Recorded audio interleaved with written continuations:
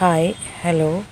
இன்றைக்கி ஒரு சந்தோஷமான நாளா, இல்லை துக்கமான நாளா, இல்லை திருப்திகரமான நாளா, எதுவுமே தெரியாத ஒரு மாதிரி மிக்ஸ் ஒரு மிக்ஸ்டு ஃபீலிங்கில் இருக்கக்கூடிய ஒரு நாள். ஏன்னா இது இன்றைக்கி இந்த சேலஞ்ச் நான் பாதியில் இல்லை, ஆல்மோஸ்ட் முடிச்சிட்டேன். 4 பணப்பை தான் மீதி இருக்குது ஃபில் ஆகிறதுக்கு.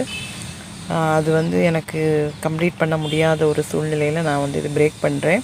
இது ஆக்சுவலாக 2023 ஆரம்பித்து நான் ஃபஸ்ட்டு ஒரு 11 பணப்பை நான் ஃபில் பண்ணி, அது பிறகு எனக்கு கம்ப்ளீட் பண்ண முடியாமல் நான் பாதியிலே பிரேக் பண்ணி எடுத்து அந்த கேஷ் வேறு அவசியத்துக்கு எடுத்து இப்போ இந்த வருஷம் நான் அகெயின் ரீஸ்டார்ட் பண்ணி இந்த தடவை எனக்கு இவ்வளோ ஃபினிஷ் பண்ண முடிஞ்சது. 4 பேக்கை தவிர, மணி பேக்கை தவிர மீதி எல்லாமே நான் ஃபில் பண்ணேன். 200 ருபீஸ் சேலஞ்ச்.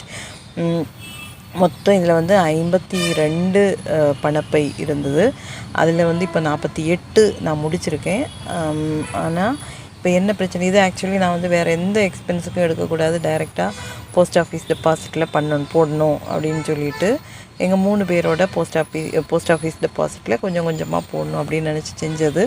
ஆனால் சில விஷயங்கள் நமக்கு அப்படி தானே லைஃப்பில், எப்போவுமே நம்ம பிளான் பண்ண மாதிரி, நம்ம எதிர்பார்க்குற மாதிரி நமக்கு சில காரியங்கள் நடக்காது. அப்படி நடக்காமல் போன ஒரு சேவிங் சேலஞ்ச் தான் இது. எனக்கு வருத்தம் உண்டு, நான் அந்த 4 கூட என்னால் முடிக்க முடியலையே அப்படின்னு. ஆனால் ஓகே, இப்போது நாங்கள் எங்களுடைய வாழ்க்கையில் ரொம்ப டிஃபிகல்ட்டான ஒரு ஃபேஸ் பண்ணிகிட்ருக்கோம்.